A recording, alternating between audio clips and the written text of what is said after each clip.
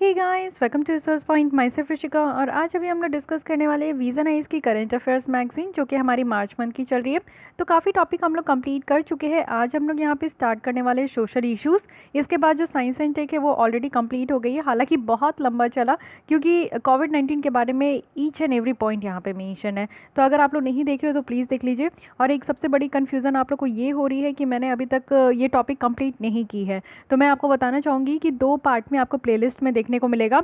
Means March month की जो आपको करंट अफेयर्स देखने को मिलेगी उसकी 2 प्लेलिस्ट बन गई है। एक तो जो मैं पहले बना रही थी और मुझे हाइड करना पड़ा था, उसके बाद जब मैं पीपीटी के फॉर्म में बना रही थी तो उसके लिए मैंने अलग प्लेलिस्ट बना दी थी। तो 2 प्लेलिस्ट है, मैं काम करूँगी कि उसको एक में ही मर्ज कर देती हूँ, क्योंकि आप लोग बहुत सारे बच्चे कन्फ्यूज़ हो रहे हैं। बट डोंट वरी, चलिए आज हम लोग स्टार्ट करते हैं सोशल इश्यूज़, जो कि बहुत ही ज़्यादा इंपॉर्टेंट होता है। तो यहाँ पे है इंटरनल माइग्रेशन देखेंगे। स्वच्छ भारत मिशन में बहुत ही अच्छी पॉइंट्स आपको दी गई यहाँ पे बताई जा रही है, तो आपके एग्जाम पॉइंट ऑफ व्यू के लिए काफ़ी ज़्यादा इंपॉर्टेंट है। रिपोर्ट देखेंगे बीजिंग डिक्लेरेशन के प्रोग्रेस का। फिर पॉक्सो एक्ट भी यहाँ पे देखेंगे, जो नया लाया गया है, इसमें क्या क्या अमेंडमेंट की गई है। Children rights and their future देखेंगे। फिर टेक फॉर ट्राइबल देखेंगे, यानी कि ट्राइबल एरिया में किस तरीके से टेक्नोलॉजी का यहाँ पे प्रावधान लाया जा रहा है, उसके लिए हम लोग यहाँ पे देखने वाले हैं। तो ईच एंड एवरी पॉइंट आपकी बहुत ज़्यादा इंपॉर्टेंट होने वाली है for your prelims point of view as well as mains point of view. Okay, तो चलिए स्टार्ट करते हैं। लेकिन हाँ, प्रीवियस लेसन में मैं कुछ साइंस एंड टेक की क्वेश्चंस पूछी थी, तो उसकी आंसर बता देती हूँ। आज आप लोग के लिए कोई क्वेश्चंस नहीं है। नेक्स्ट लेसन में जब लूँगी तो उसमें सोशल इश्यूज से रिलेटेड सारी क्वेश्चंस आपसे पूछ लूँगी। ओके, तो चलिए पहले आंसर बता देती हूँ, फिर हम लोग यहाँ पे पॉइंट पे आएंगे। तो सबसे पहली क्वेश्चन थी कि वन हेल्थ कंसेप्ट का यहाँ पे क्या मीनिंग है। सेकंड है कि यहाँ पे एपिडेमिक एंड एंडेमिक के बीच में क्या डिफरेंस है। थर्ड है कि पैंडेमिक किसे कहते हैं। तो आइए एक एक करके आंसर देख लेते हैं।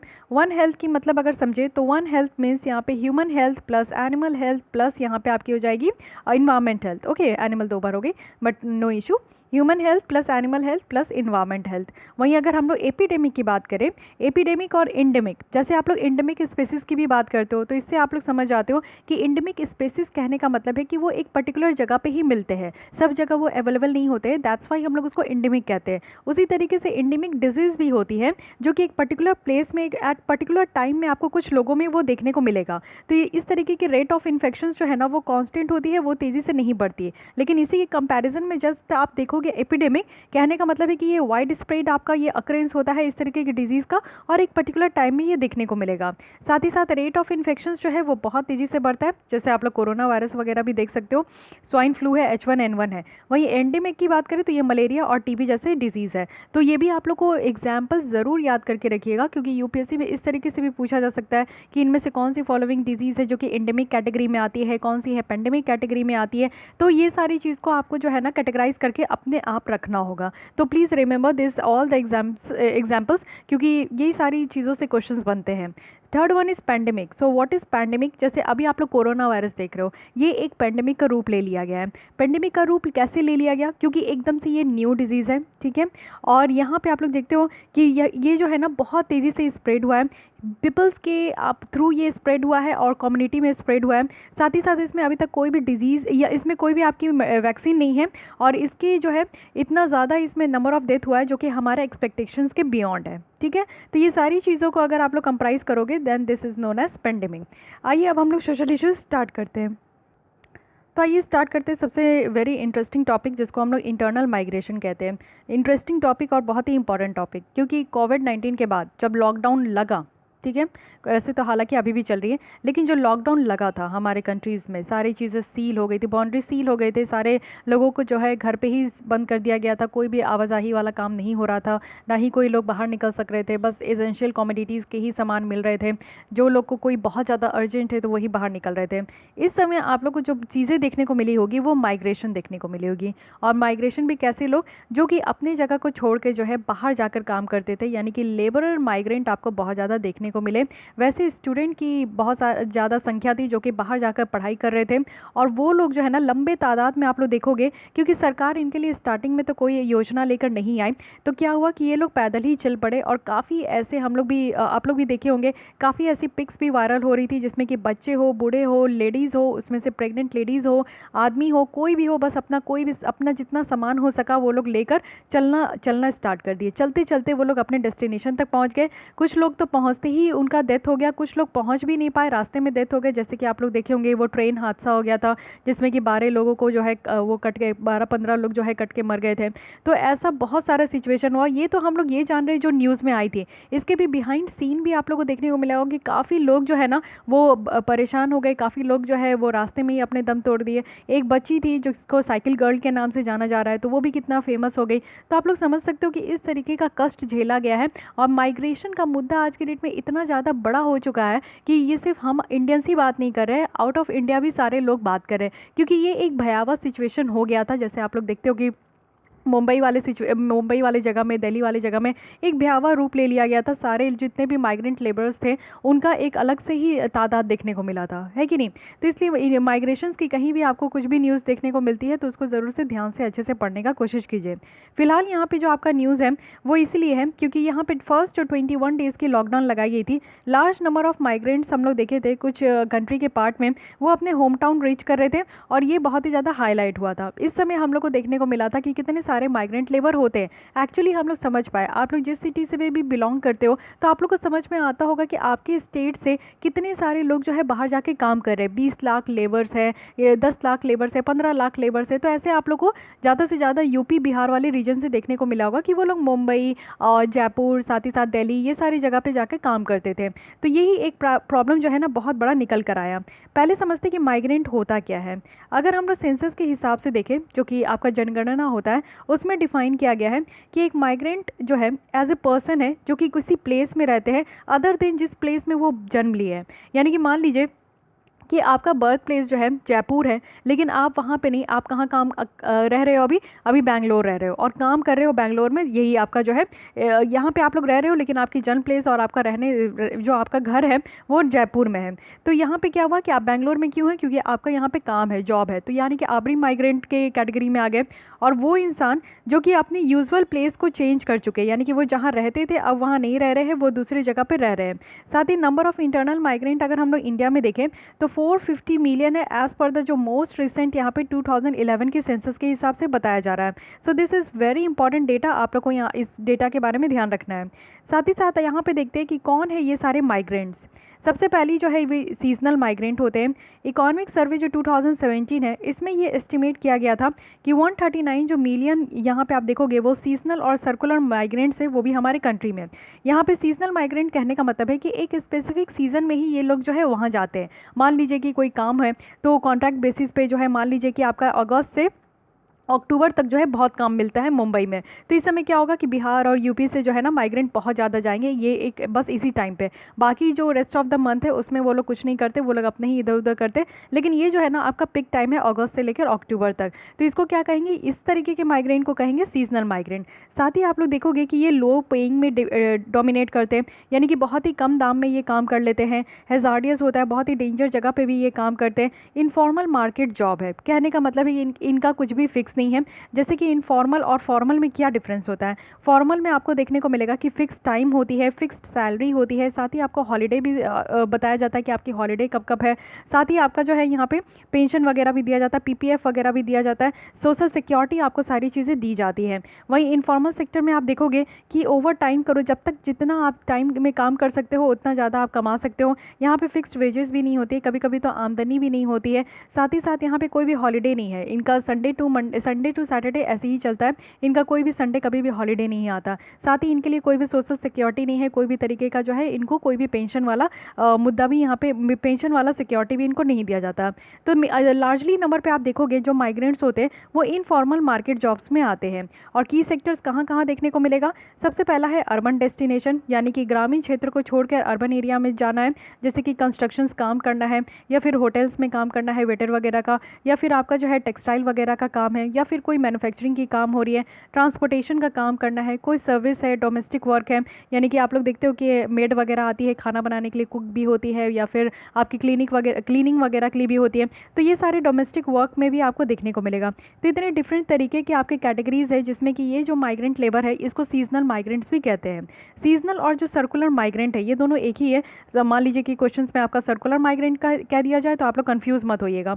तो सीजनल और जो सर्कुलर माइग्रेंट है ये आपको देखने को मिलेगा कि डिफरेंट यहाँ पे आपके लेबर मार्केट एक्सपीरियंस है और इंटीग्रेशंस है। जो कि चैलेंजेस आपको देखने को मिलेगा मोर देन परमानेंट माइग्रेंट से। परमानेंट जो माइग्रेंट होते हैं ना, उससे ज़्यादा जो बुरा स्थिति होता है वो यहाँ पे आपका ये इस तरीके के जो आपके टेम्पररी माइग्रेंट होते हैं उससे ज़्यादा यहाँ पे आपको देखने को मिलेगा प्रॉब्लम होता है। साथ ही यहाँ पे इनके लिए जो है प्रिसाइज डेटा और जो सिस्टमेटिक अकाउंटिंग है उनके एक्सपीरियंस का, वो भी अनअवेलेबल होता है, क्योंकि जो शॉर्ट टर्म में काम करते हैं उनका डेटा जो है सरकार लेकर नहीं आती, उनका डेटा यहाँ पे फाइंड आउट करना भी लिटिल बिट डिफिकल्ट हो जाता है।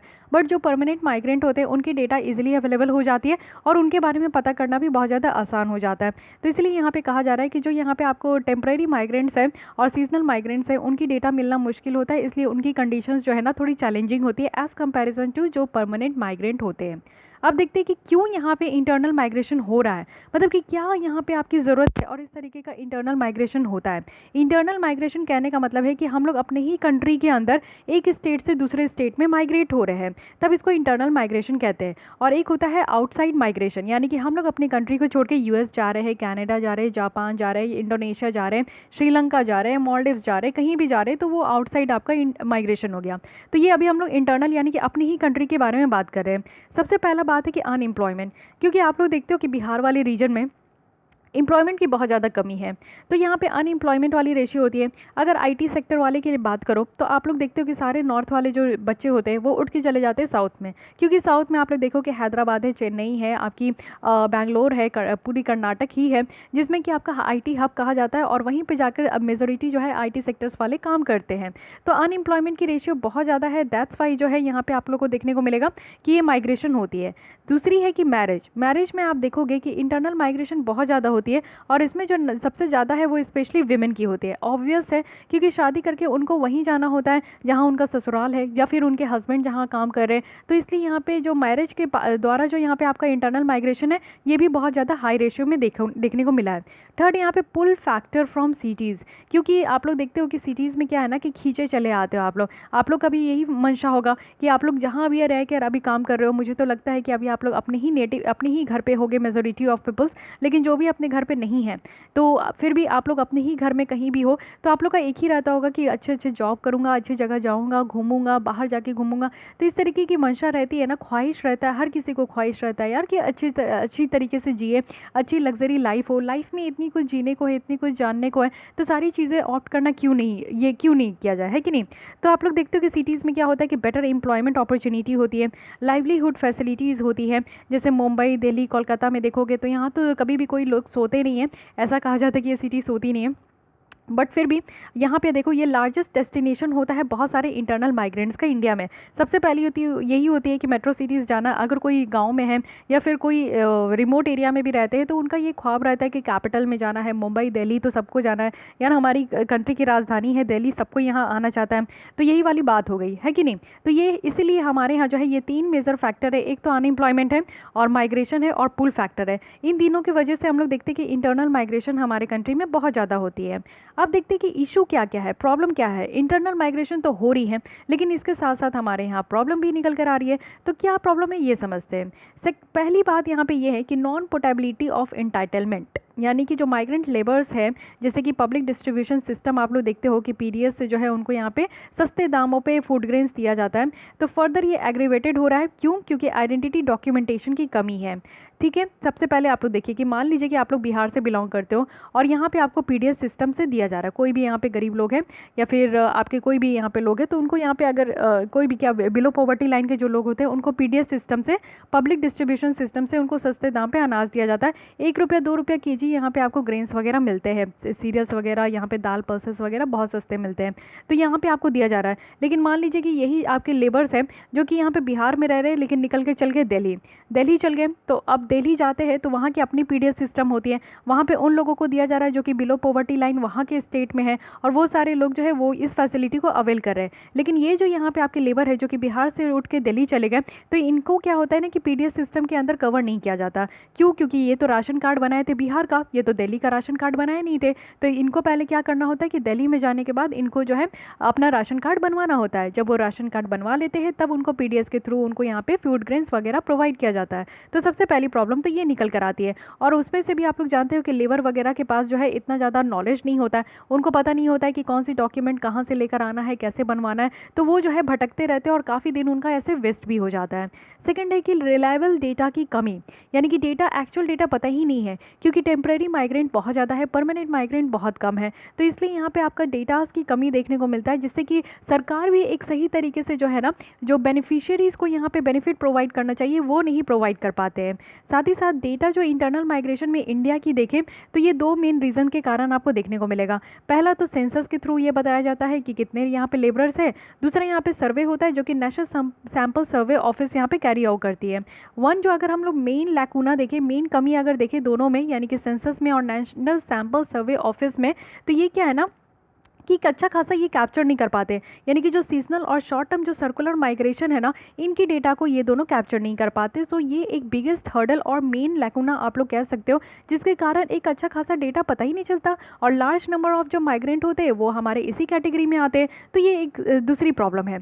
थर्ड प्रॉब्लम ये है कि जो लार्ज मेजोरिटी ऑफ माइग्रेंट है ना, वो यहाँ पे हिस्टोरिकली मार्जिनलाइज्ड ग्रुप से है। कहने का मतलब है कि जो माइग्रेंट है वो आपके किस ग्रुप से आ रहे हैं, तो स्कीड्यूल कास्ट, स्कीड्यूल ट्राइब वाले ग्रुप से आ रहे हैं, जो कि एक लेयर ऑफ वल्नरेबिलिटी यहाँ पे अर्बन एक्सप्रेशंस में ये क्रिएट करते हैं। क्योंकि अर्बन एरिया में आप लोग देख रहे हो कि इस तरीके के लोग जो है, जो भी माइग्रेंट लेबर आते हैं, उनके लिए रहने का जगह चाहिए, उनको पीने के लिए पानी चाहिए, उनको यहाँ पे जो है साथ ही साथ उनको पूरी नेचुरल रिसोर्सेज चाहिए। तो उस स्टेट में जो है ना प्रेशर और बर्डन बहुत ज़्यादा बढ़ जाता है। जैसे कि दिल्ली, मुंबई जैसा आप लोग देखते हो कि यहाँ पे रिसोर्सेज की कमी आ जाती है, यहाँ पे वाटर स्कार्सिटी बहुत ज़्यादा होता है, रहने के लिए जगह नहीं है। मुंबई की धारावी स्लम आप लोग देखते हो कि एशिया की हमारी सबसे बड़ी, वर्ल्ड की सबसे बड़ी वो स्लम आपका एरिया बताया जाता है। तो वहाँ पर लोग जो है ना बहुत ही कंजस्टेड वे में रहते हैं। तो यही एक प्रॉब्लम है जिससे कि अर्बन एक्सपीरियंस में जो है ना यहाँ पर आपका और ज़्यादा वल्नरेबिलिटी आ रही है। फिर उसके बाद फोर्थ पॉइंट है कि एक्सप्लॉयटेशन है, यानी कि एम्प्लॉयर्स के द्वारा और कॉन्ट्रैक्टर्स के द्वारा एक्सप्लॉइट भी उनको किया जाता है, यानी कि उनको नॉन पेमेंट ऑफ वेजेस भी है। समटाइम्स उनको पेमेंट भी नहीं किया जाता है, समटाइम्स किया भी जाता है तो बहुत कम किया जाता है। उसमें से भी अगर विमेन की बात करें तो उनका तो क्या ही कहना, और भी कम किया जाता है, यानी कि सेम काम हो रहा है लेकिन उनको सेम वेजेस नहीं मिल रही है। फिजिकल एब्यूजेस होता ही है और एक्सीडेंट्स वगैरह भी उनको होता है, क्योंकि हैजार्डियस काम करते हैं, बहुत ही खतरनाक जगह पे उनको काम करने को मिलता है। तो ये सारी चीज़ों से उनको बहुत सारी चीज़ों से गुजरना भी पड़ता है। जो एग्जिस्टिंग लीगल मशीनरी है ना, वो भी इतना सेंसिटिव नहीं है कि जो लीगल डिस्प्यूट के नेचर है वो हम लोग यहाँ पे देख रहे हैं, वो इतना सेंसिटिव नहीं है। और ये भी अनऑर्गेनाइज सेक्टर में, अनऑर्गेनाइज सेक्टर वही हो गया जिसमें कि आपकी टाइम भी यहाँ पे फिक्स नहीं है, साथ ही साथ काम करने का तरीका भी फिक्स नहीं है, साथ ही साथ यहाँ पे कोई सिक्योरिटी भी नहीं दिया गया है। नेक्स्ट वन इसकी लैक ऑफ एजुकेशन, क्योंकि पढ़ाई नहीं अच्छे से की है, एजुकेशन उनको अच्छे से नहीं मिला है, और यहाँ पे इसलिए वो यहाँ पे माइग्रेट कर रहे हैं कि अच्छा खासा एजुकेशन के लिए वो एक सिटी से दूसरे सिटी में जाते हैं। हाउसिंग भी आप लोग देख सकते हो, माइग्रेशन और स्लम्स जो है वो आज की डेट में एक दूसरे से लिंक है। अगर किसी भी सिटी में आपको स्लम वाला एरिया देखने को मिल रहा है तो आप लोग ये तो अंदाज़ा लगा सकते हो कि बहुत कम जो है वहीं के पॉपुलेशन, वहीं के लोग रहते हैं, लेकिन ज़्यादातर जो लोग रहते हैं स्लम वाले एरिया में वो दूसरे स्टेट से आए हुए लोग रहते हैं।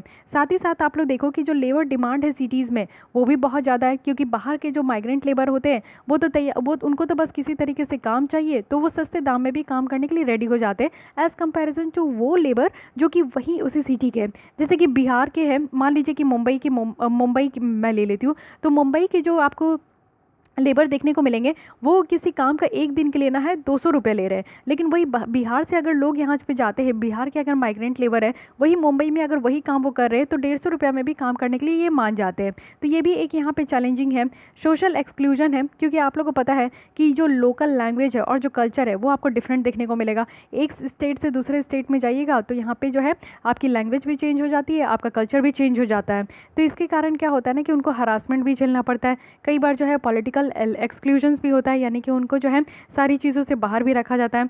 तो माइग्रेंट जो मोबाइल नेचर है, यानी कि आज के डेट में हम लोग देख रहे हैं कि इतने सारे माइग्रेंट्स हैं और ऊपर से आप लोग देखो कि मोबाइल नेचर है, इतने सारे लोग जो है मुंबई और दिल्ली में थे और बिहार से इतने सारे थे, 20 लाख 25 लाख लोग जो है बाहर निकल के गए थे। तो सोचिए कि इस लार्ज नंबर पे उनको जो है ना कोई भी जगह उनको नहीं दिया जाता है, वो भी मैनिफेस्टो में, जो ट्रेड यूनियन का मैनिफेस्टो होता है उसमें उन लोगों को कोई भी जगह दिया नहीं जाता।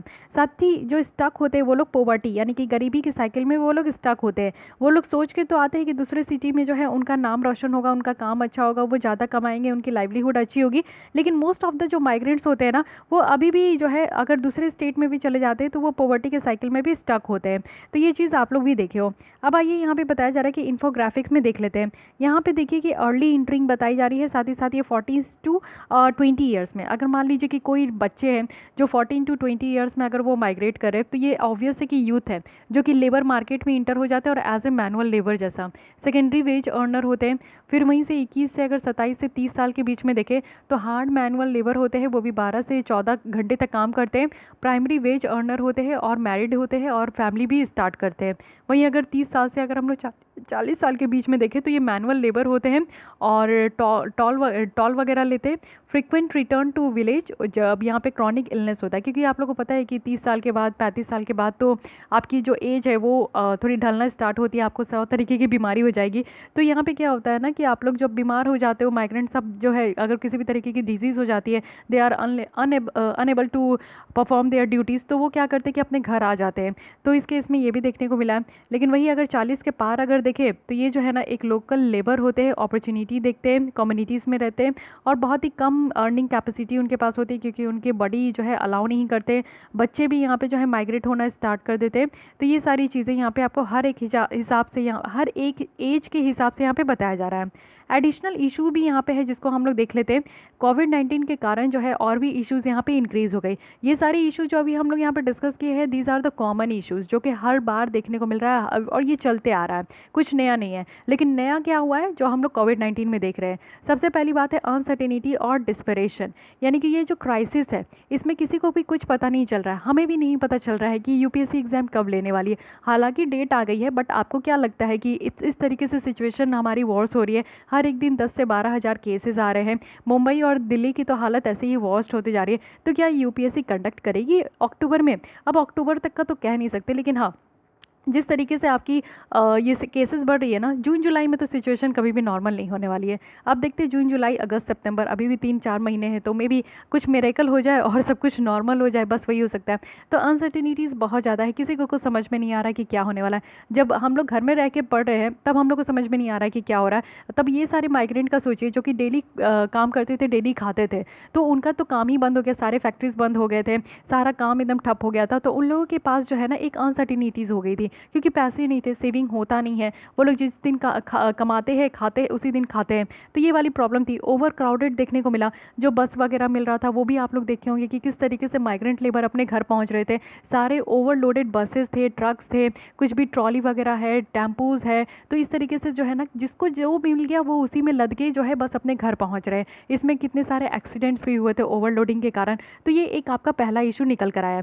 सेकेंड है कि क्वारंटाइन फैसिलिटी की कमी। जैसे आप लोग देख रहे थे कि क्या था कि जो बाद में जब ये 1 मई से श्रमिक ट्रेन चलाने लगे थे तो उसके बाद ये कहा गया था कि जो भी माइग्रेंट आ रहे हैं ना उनको 14 डेज़ का क्वारंटाइन सेंटर्स में उनको भेजा जाएगा। लेकिन बिहार में आपको पता है कि ऐसा भी चीज़ दिखाया जा रहा था यहाँ पे कि यहाँ पे जो कुछ क्वारंटाइन सेंटर्स है ना वो सिर्फ पेड़ के नीचे थे। मतलब कि आप लोग समझ सकते हो कि जो बड़े बड़े पेड़ होते, बरगद के ये सारे जो पेड़ होते, ट्रीज़ होते, पीपल के ट्रीज़ होते, उनके नीचे जो है इस तरीके से माइग्रेंट लेबर को रखा जा रहा था। तो क्या आप लोग सोच सकते हो कि कितना सही है? उसी में आपका जो है फोल्डिंग वाली जो फोल्डिंग होती है ना वो बेड, उसको लगाकर जो है उसी में उन लोगों को रखा जा रहा था।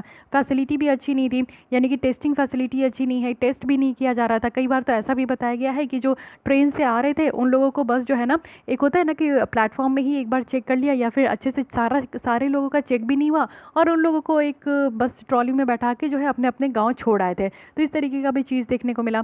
थर्ड यहाँ पे हो गया कि एग्रीकल्चर साइकिल जो है डिसरप्ट हो गई। ये तो चीज़ें हम लोग बहुत पहले से भी पढ़ रहे हैं क्योंकि कोविड-19 के बाद क्या हुआ कि सप्लाई चेन ब्रेक हो गया। तो फार्मर्स जो है ना उनका एक सप्लाई चेन होता है, उनके वो जब भी हार्वेस्ट करते क्रॉप को तो उनको लेने के लिए कोई आता है, फिर वो जो है वहाँ से लेकर जो है मंडी तक पहुँचाते हैं। तो फार्मर्स जो है मंडी तक तो खुद नहीं आते, उनको उतना ज्ञान भी नहीं होता, नॉलेज भी नहीं होता। तो क्या हो गया कि एग्रीकल्चर साइकिल में बहुत ज़्यादा डिसरप्ट हो गया। आप लोग को ध्यान होगा कि जब हम लोग फर्स्ट लॉकडाउन हुआ था तो उस समय जो है वेजिटेबल्स बहुत महंगे मिल रहे थे। 10 रुपये किलो के जो आपके टमाटर वगैरह हो, टोमेटोज़ थे वो 40 रुपीज़ 50 रुपीज़ के मिल रहे थे। लेमन भी जो ₹10 में 3-4 मिलते हैं, वो आपके जो है 1-2 मिल रहे थे। तो बहुत ही ज़्यादा सब कुछ कॉस्टली हो गया था, क्योंकि बहुत ज़्यादा कमी हो गई थी मार्केट में सब्जियों की। साथ ही साथ आप लोग देखो कि फोर्थ इशू बताया जा रहा है कि सोर्स रीजन से अप्रहेंशन, यानी कि फॉर एग्जांपल आप लोग देख लो कि ऑलरेडी रिपोर्ट किया गया है, जो विलेज वेस्ट बंगाल के जो विलेज के लोग हैं जो कि नहीं चाहते कि ये सारे वर्कर्स जो है वापस आए, पर्टिकुलरली महाराष्ट्र से और केरल से। ऑब्वियस है, बहुत सारे आप लोग भी देखे होंगे कि बिहार ने भी बहुत देरी से रिस्पॉन्ड करी थी ये माइग्रेंट लेबर के लिए, क्योंकि बिहार में ऐसे भी लैक ऑफ लिटरेसी है, लैक ऑफ एजुकेशन है, लैक ऑफ अवेयरनेस है। अगर यहाँ पे आप लोग माइग्रेंट लेबर को बुला रहे हो, इट मीन्स कि आप लोग जो है ना, एक कहते हैं ना कि डेंजर को खुद ही इन्वाइट कर लो, क्योंकि वो लोग आएंगे, वो लोग को भी नहीं पता, लेबर्स लोग इतना ज़्यादा अटेंटिव होते नहीं, वो लोग तो यही सोच लेते कि नहीं हम लोग को तो कोरोना होगा ही नहीं, हम लोगों को कोरोना क्यों होगा। तो इस तरीके के भी केस हम लोग देखे, मेम्स भी बहुत सारे चलते हैं कि बिहारी जो है वो पहले ही अपने आप को सेफ समझ लेते हैं कि नहीं होने वाली है। तो ये सारी चीज़ें आप लोग भी फील किए होंगे, प्लीज़ दिल पे मत लेना, मैं जो भी बता रही हूँ रियल स्टोरी बता रही हूँ, ओके। ऐसा कोई अजम्पशन वाला चीज़ें नहीं बता रही मैं यहाँ पे, आप लोग रिलेट कर सको बस इसलिए मैं बता रही हूँ। ऐसा नहीं कि बिहार की मैं बहुत ज़्यादा बुराई कर रही हूँ, वो वाली बात नहीं है, नेचर के बारे में बता रही हूँ कि लोग कैसे होते हैं। साथ ही साथ वेस्ट बंगाल में भी आप लोग देखे थे कि दीदी भी मना कर दी थी कि कोई भी माइग्रेंट लेबर नहीं आएगा, वो भी नहीं चाह रही थी, क्योंकि आते तो क्या होता है कि उनका टेस्ट अच्छे से नहीं होता, क्वारंटाइन सेंटर में रह नहीं रहे थे। इतना भी आप लोग देख रहे थे कि क्वारंटाइन सेंटर से लोग भाग जा रहे हैं, और ऊपर से क्वारंटाइन सेंटर्स में कुछ तो ऐसे भी वीडियोज़ वायरल हुए थे कि उनको जो खाना दिया जा रहा है वो ऐसा दिया जा रहा है जैसे वो लोग कुत्ते हैं, जैसे कुत्तों को खाना दिया जाता है, ओके। तो वो भी प्रॉब्लम देखने को मिल रहा था, काफ़ी कुछ अच्छा फैसिलिटी नहीं था, जिसके कारण ये भी प्रॉब्लम आई थी। साथ ही अनएम्प्लॉयमेंट बहुत ज़्यादा बढ़ गया, क्योंकि अगर हम लोग यहाँ पे एक रिपोर्ट के हिसाब से देखते हैं, ILO रिपोर्ट है जिसमें ये बताया गया है कि अराउंड आप लोग देखो कि 4 मिलियन पीपल्स जो है ना, वो इनफॉर्मल इकॉनमी में इंडिया में काम करते हैं, और इनफॉर्मल इकॉनमी ही सबसे ज़्यादा हिट हुई है। और इस तरीके से जब लॉकडाउन हुआ तो जॉब की कमी हो गई, जॉब की ख़त्म ही हो गई, कमी क्या, लॉस ऑफ जॉब हो गए। जो जो लोग माइग्रेंट लेबर थे, दूसरे स्टेट में काम करते थे, वो छोड़ छाड़ के जो है अपने घर को छोड़ छाड़ के फैमिली को लेकर अपने नेटिव प्लेस आ गए। तो जो वो दिल्ली में 400 रुपया पर डे का कमाते थे, अगर बिहार में वो 100 रुपया भी पर डे कमा रहे हैं ना, तो अब ऐसा केस हो गया है कि ये जो माइग्रेंट लेबर है ना, ये अपना बिहार छोड़ के नहीं जाने वाले हैं दिल्ली में, चाहे वो 150 रुपया 100 रुपये में ही काम क्यों ना कर ले। तो लॉस ऑफ जॉब बहुत ज़्यादा हुआ है, अनएम्प्लॉयमेंट की रेशियो बहुत ज़्यादा बढ़ गई है। अब देखते कि करना क्या चाहिए। बहुत तो हम लोग इशू यहाँ पे बोल लिए, और बहुत ज़्यादा इशू हम लोग डिस्कस भी कर लिए, but what can be done. तो सबसे पहला है कि यूनिवर्सल फूड ग्रेन डिस्ट्रीब्यूशन होना चाहिए। जैसे कि आप लोग देखते हो कि FCI के द्वारा ये कहा गया था कि फूड ग्रेन्स की कमी नहीं है। सो थैंक गॉड कि इस बार फूड ग्रेन्स की कमी नहीं था, इसलिए लॉकडाउन में भी किसी को भी फूड ग्रेन्स की कमी कभी भी महसूस नहीं हुआ। एक्चुअली क्या हुआ था कि जब फर्स्ट लॉकडाउन हुआ था तो सब बिल्कुल से घबरा गए थे और सब स्टॉक करने लगे थे, एक एक महीने का सब सामान स्टॉक करने लगे थे। तो इसके कारण क्या हुआ ना कि स्टॉक आउट हो गई थी बहुत सारी चीज़ें मार्केट से, राशन की दुकान से। बट कोई ना, ये भी आप लोग सोचिए कि हमारे यहाँ अच्छा खासा फूड ग्रेन्स था, जिसके कारण हम लोग को जो है ना खाने की कभी कमी नहीं हुई। तो अगर ऐसा FCI के द्वारा ऐसा कहा जा रहा है कि फूड ग्रेन्स की कमी नहीं है, तो हम लोग को क्या करना चाहिए, ये बताया जा रहा है कि FCI को ये प्लान करनी चाहिए कि वो दूसरे सारे लोगों को जो है ना फ्री में इस तरीके से खाना दे। हालांकि दिया भी जा रहा था, लेकिन यही करना चाहिए, डायरेक्ट कैश ट्रांसफ़र करना चाहिए। ऐसा मैकेनिज्म हो जिसमें कि कैश जो है ना डायरेक्टली यहाँ पे लोगों के हाथ में देना चाहिए। अभी सरकार जो यहाँ पे आपका आत्मनिर्भर वाला जो फंडा लेकर आई है, साथ ही 20 लाख करोड़ का जो पैकेज लेकर आई है, उससे क्या होने वाला है, मुझे पर्सनली ऐसा लगता है कि उससे कुछ नहीं होने वाला है। क्योंकि जब तक आप लोगों के हाथ में पैसे नहीं दोगे, अगर आप और मैं हूँ, मेरे हाथ में जब तक पैसे नहीं आएंगे तब तक मैं घर के लिए खाना कैसे खरीद पाऊँगी, अपने लिए खाना कैसे खरीद पाऊँगी। तो बेसिकली क्या है ना कि जब तक हम लोग खाना खाएंगे नहीं तब तक हम लोग कुछ काम करेंगे नहीं। तो सारी चीज़ें किस पे टिकी हुई है, खाने पे टिकी हुई है कि नहीं। 24 घंटा आप लोग पढ़ लो, 18 घंटा, 12 घंटा, 20 घंटा भी आप लोग पढ़ लो, लेकिन आप लोग ये चीज़ रियलाइज़ किए होंगे कि जब तक अगर आप लोग खाते नहीं हो अच्छे से, तो आप लोग को वीकनेस लगेगी, सर दर्द करेगा, पढ़ने में मन नहीं लगेगा। तो ये सारी चीज़ें एक कॉमन है। तो आप लोग सोचिए, जितना हम लोग फिजिकल वर्क कर रहे हैं या फिर मेंटल वर्क कर रहे हैं, तो यही बात है कि हाथों में कैश देना चाहिए। ये नहीं कि आप लोग जो है लोन के फॉर्म में कैश दे रहे हो, तो उससे क्या फ़ायदा होगा। लोगों को क्या है कि बैंकों का चक्कर लगाना पड़ेगा, तो इससे कोई फ़ायदा नहीं है। इंटर स्टेट कोऑर्डिनेशन कमेटी होना चाहिए, जिससे कि एक सेफ़ पैसेज हो माइग्रेंट का, कि वो अपने विलेज जा सके। फोर्थ है कि लीगल सेल होना चाहिए सेंट्रल और स्टेट लेवल में, जो कि यहाँ पे आपका प्रोटेक्ट वेजेस को यहाँ पे क्रिएट कर सके। यानी कि जितने भी लोग यहाँ पे काम कर रहे हैं तो वो उनको जो आपका कमाई दिया जा रहा है वो एकदम से प्रोटेक्ट होना चाहिए। मैपिंग होना चाहिए कि कितने माइग्रेंट लेबर है। एक्चुअली हम लोग को जो है ना एक डेटाबेस क्रिएट करना चाहिए जो कि पूरे कंट्री में हमारे कितने यहाँ पे माइग्रेंट लेबर है उसकी एक अच्छा खासा डेटाबेस होना चाहिए। गवर्नमेंट को प्लान करना चाहिए कि वो माइग्रेंट वर्कर्स को मैप करे, जो कि फर्स्ट कॉम्प्रिहेंसिव एक्सरसाइज हो, जिससे कि हम लोग यहाँ पे माइग्रेंट वर्कर्स को जो है हर एक डिफरेंट सेक्टर्स में, सॉरी, कहाँ कहाँ ये आपके डिवाइड है उनको यहाँ पे बताना चाहिए, यानी कि उनका जो है मैपिंग होना चाहिए। वे फॉरवर्ड में बताया जा रहा है कि जो चैलेंजेस है माइग्रेंट प्रॉब्लम का वो आज की डेट में बहुत ज़्यादा कम्प्लेक्स है। साथ ही यहाँ पे रिकॉग्निशंस की कमी है, हम लोग देख नहीं पा रहे हैं, पता नहीं कर पा रहे हैं कि कितने माइग्रेंट्स हैं एक्चुअली में। बट अगर पॉलिसी मेकर्स ये चाहे तो वो रिकॉग्नाइज कर सकते हैं माइग्रेंट वर्कर्स को। एक डायनेमिक पार्ट है हमारे इंडिया को चेंज करने में।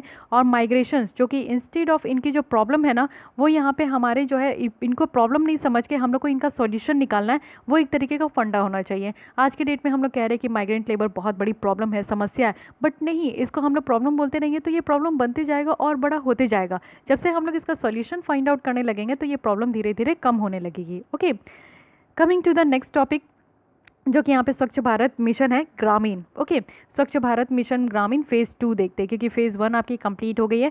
सो अब यहाँ पे कुछ नया आपका लाया गया होगा तो इसके बारे में देख लेते हैं। मिनिस्ट्री ऑफ जल शक्ति है जो कि रिसेंटली यहाँ पे लॉन्च की है स्वच्छ भारत मिशन ग्रामीण फेज़ 2, जो कि टोटल आउटले कितना रखा गया है तो 1,40,000 करोड़ तक का रखा गया है। अब इसके बारे में देख लेते हैं डिटेल में कि इसमें क्या क्या आपका प्रोविज़न है। सबसे पहला है कि यहाँ पे क्या क्या फोकस किया जाएगा कि यहाँ पे जो गेन है उस पर उसको सस्टेन करना, यानी कि जो टॉयलेट बनाया गया है, लोगों की अगर बिहेवियर चेंज हो गई है तो वो सारी चीज़ों को सस्टेन करना है। और साथ ही साथ जो लास्ट 5 ईयर में बनाया गया है उन सारी चीज़ों को यहाँ पे आपका सस्टेन करना है। साथ ही साथ जो है यहाँ पे इंश्योर किया जाएगा एक इफेक्टिव सॉलिड और लिक्विड वेस्ट मैनेजमेंट को, जो कि इंस्टीट्यूट किया गया है हर एक ग्राम पंचायत में। साथ ही साथ यहाँ पे ओपन डेफिकेशन फ्री प्लस पे ध्यान दिया जाएगा, ODF प्लस बताया जा रहा है, जिसमें कि ODF सस्टेनेबिलिटी होगी, यानी कि ओपन डेफिकेशन फ्री है, खुले में शौच जो आपका था वो मुक्त हो चुका है, तो उसी को यहाँ पे सस्टेन रखना है, यानी कि इसको मेंटेन करके रखना है। सॉलिड और जो लिक्विड वेस्ट मैनेजमेंट का जो प्रावधान था उसको भी यहाँ पे देखकर चलना है। सॉलिड और जो लिक्विड आपका जो वेस्ट मैनेजमेंट कॉम्पोनेंट है ये ODF प्लस का ही है, जो कि मॉनिटर किया जाएगा किस बेसिस पे, तो आउटपुट आउटकम इंडिकेटर्स पे। और ये 4 एरिया है। पहला है कि प्लास्टिक वेस्ट मैनेजमेंट करनी है, यानी कि जितने भी प्लास्टिक है उससे निकलने वाले जो कचरे हैं उसको सही तरीके से मैनेज करना है।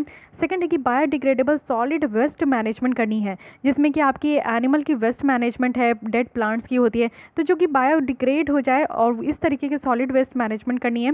थर्ड है कि यहाँ पे आपका ग्रे वाटर मैनेजमेंट करना है। फोर्थ है कि फिकल स्लज मैनेजमेंट करनी है, यानी कि आप लोग देखते हो कि आप लोग की जो वॉशरूम होती है उसमें जो आप लोग यहाँ पे जो आप लोग का यहाँ पे फिकल स्लज होता है उसको किस तरीके से मैनेज किया जाएगा, ये भी आपका काम किया जाता है। अब पहले यहाँ पे बात कर लेते हैं स्वच्छ भारत मिशन ग्रामीण के बारे में, जो कि पहली वाली है। तो ये जो है ये आपका सब मिशन है स्वच्छ भारत मिशन का, और ये इंप्लीमेंट किया जाता है मिनिस्ट्री ऑफ जल शक्ति। तो सबसे पहले आपको यही याद रखना है।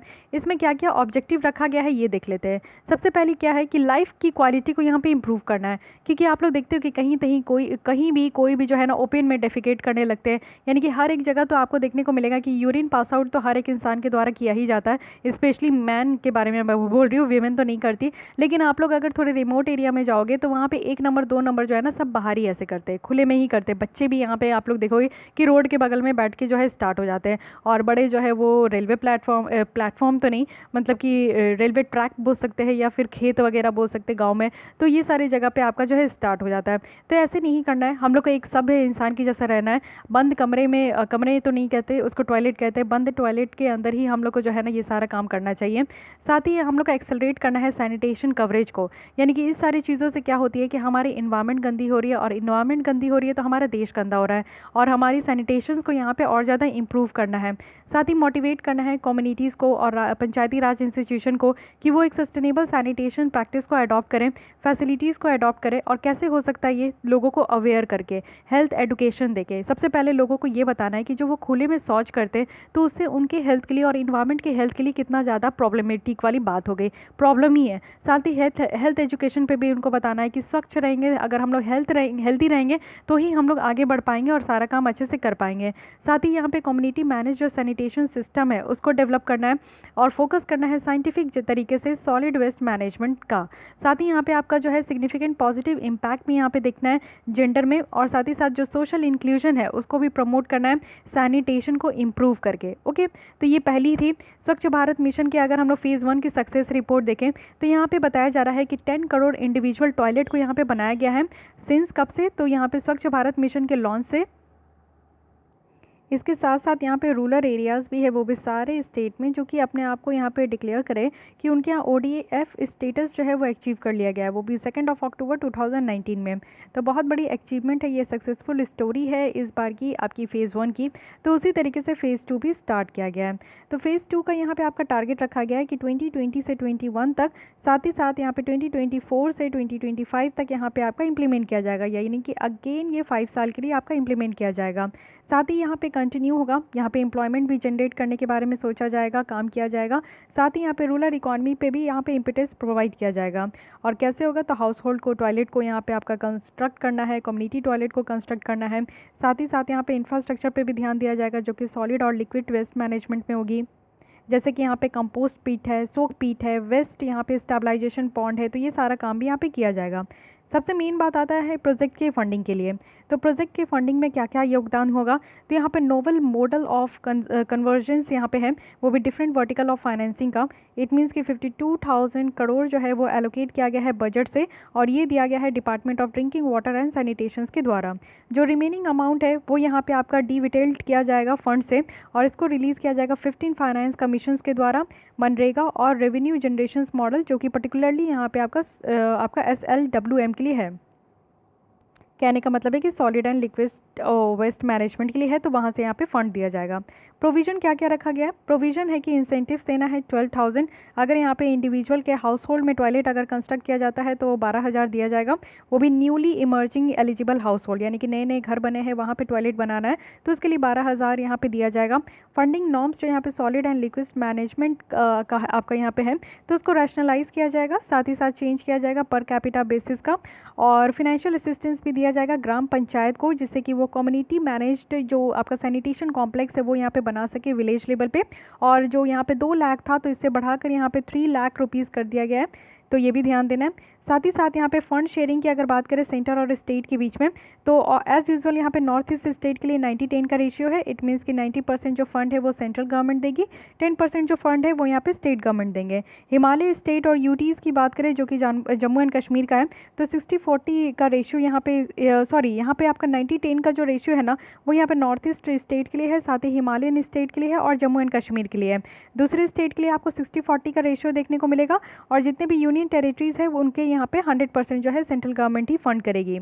अब यहाँ पे देखते हैं कि एम्प्लॉयमेंट जो है यहाँ पे ग्राम पंचायत के अंदर, तो इसमें क्या क्या है आपका रखा गया है।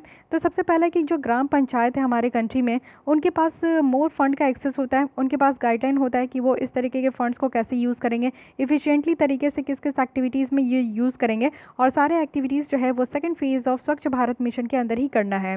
साथ ही साथ यहाँ पे मैंडेटरी किया गया है ग्राम पंचायत को कि वो हाफ ऑफ द फंड को जो एलोकेट किया गया है उसको इस्तेमाल करेंगे, और वो भी यहाँ पे 15 फाइनेंस कमीशन के अंदर जो यहाँ पे एलोकेट किया गया है उसको इस्तेमाल करेंगे।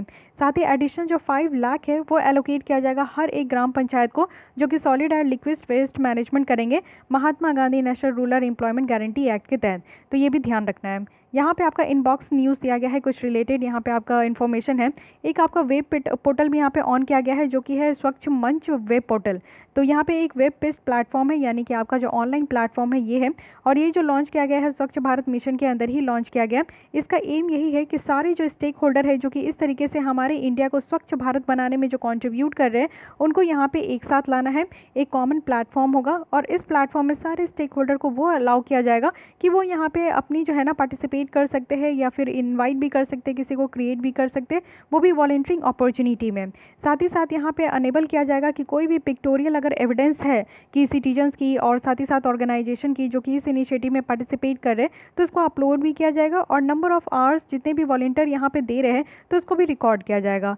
साथ ही साथ यहाँ पे इसको इंटीग्रेट किया जाएगा। जो आज के डेट में स्वच्छता ऐप यहाँ पे एग्जिस्ट कर रही है, तो इसी के साथ इसको यहाँ पे आपका इंटीग्रेट किया जाएगा, जिससे कि सिटीजन्स जो ग्रीवियंस रिड्रेसल प्लेटफॉर्म है वो ऐसा काम करे। यानी कि लोग को अगर किसी भी तरीके का प्रॉब्लम है, किसी के घर में टॉयलेट कंस्ट्रक्ट कराना है, किसी को टॉयलेट से रिलेटेड कोई प्रॉब्लम है, तो वो यहाँ पे अपनी जो है प्रॉब्लम को लॉन्च करा सकते हैं। ओके, तो वेब पोर्टल भी याद रखिएगा। अब तो आप लोग को पता है कि डिजिटाइजेशन पे इतना ज़्यादा फोकस किया जा रहा है, तो हर एक फील्ड की अपनी अलग ही एक वेब पोर्टल यहाँ पे निकल कर आ रही है, तो उसको ध्यान रखिएगा। अब आते हैं ODF प्लस और ODF प्लस प्लस पे ध्यान देते हैं कि ये एक्चुअली है क्या। न्यूज़ में इसलिए है क्योंकि एक रिपोर्ट निकल कर आई है parliamentary standing committee on urban development के द्वारा, जो कि लोकसभा में अभी रखा गया है, और इसमें आपका बात भी किया जा रहा है कि फ़ेज़ 2 के प्रोग्रेस के बारे में। तो बात करते हैं एक एक, जो ODF है और ODF प्लस है और प्लस प्लस स्टेटस है।